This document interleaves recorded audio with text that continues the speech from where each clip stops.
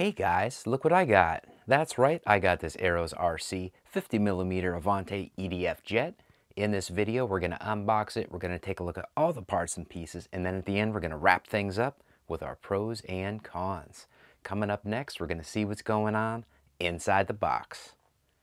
This is how it's packaged. This is everything that comes inside the box, and as you can see, 3 pieces, some screws, and a little glue is all it takes to assemble this thing. And when we come back, this thing will be fully assembled. This is what it looks like fully assembled, and I've got to say this assembly was quick and easy. The main wing went on very easy. The horizontal stabilizer was a touch more tricky because of course there's the use of glue, and you had to angle the horizontal stabilizer, pull up the vertical stabilizer just a little bit to slide that in. The upside of that is it's a nice secure fit, so it's nice and firm. And I used foam tack, so it took a little bit longer to set up. They recommend medium CA. I didn't have any on hand, only had thin CA, so I went with the foam tack, which has served me well with my previous 50mm Arrows EDF jets. Anyhow, coming up next, we're going to take a look at the underside. In this next clip, I wanted to highlight the different plastic pieces on the bottom side of this thing. And of course, you've got the grip right there for easy hand launches. Here's a good look inside this very spacious battery bay. I've got my 4S pack in the battery bay, and it looks like there's plenty of room to adjust for any preference for CG in this, and that is awesome. My Bayhawk, there's really only one spot I can put my 4S pack. This one, it looks like I've got some leverage to play it, tune it exactly how I want it, so that is very good. Also, under the vector gyro system, which is right here, I was able to put my 4-channel receiver right under that lip. So that is awesome, and I will have links in the description to everything seen here in this video. Here we've got a size comparison with the Avanti and the Bayhawk. And as you can see, the wingspan on the Bayhawk is maybe just a touch wider, just a touch, but the Avanti is a little bit longer. So you do that math. Also, while we're looking at these, both have a plastic tip on the nose. And if you want to learn how to do this setup that I did using a 4-channel receiver, reference the Bayhawk video. I'm going to add that as an end cap at the very end of this video where it says visit GBLynden.com. That is where that's going to pop up. So click on that if you want to know what's going on with the radio setup. And frankly, if you want to see the unboxing for the Bayhawk in its entirety. Now we've got a comparison to the T33. The T33 is a little bit shorter, but definitely has a much wider wingspan. Both look awesome. I have not flown either, so expect maiden flights from both of these coming up soon. This is a 3-channel jet, and of course this is in high rates right now, 100% throws. Now if you notice, if you look, in fact maybe the elevator we can see the best.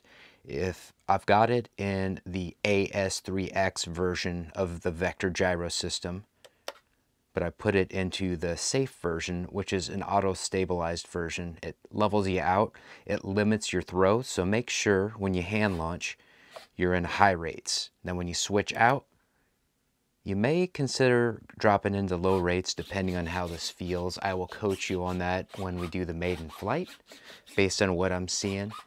And coming up next, we are going to rev up this EDF jet. Now we're going to talk about the stabilization mode in the vector gyro system, or using the vector gyro system stabilization mode. So we're going to look at the pitch here, and if we go up, it pushes down. If you look right there, the elevator is pushing down to level it out. Now, if we push the nose down, it goes up because it wants to correct it up. Now, the same thing is going on with the ailerons. Let's see if we can make that work. Yeah, so if we pitch it that way, the aileron goes up. That's a better look at it. And then if we go down, it's going to go down and lift up the other aileron to level things out. So it makes it, it's not foolproof. You got to make sure you have enough throttle and you give it a gentle but firm enough toss when you launch it, but that will really help you with hand launches. Now we're going to rev up this EDF unit, and of course the belly has some cheater holes, so being on this blanket may snuff that out just a little bit. I have not revved it up, so I don't know what's going to happen. I don't know if it's going to slide forward or whatever, but we're going to give this a go and see what happens.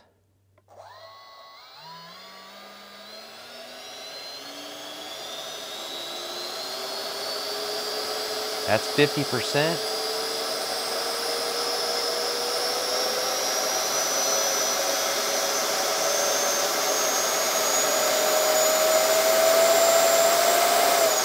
All right, guys, it was starting to move a little bit, so I cut it off. I think it was 95% was the peak.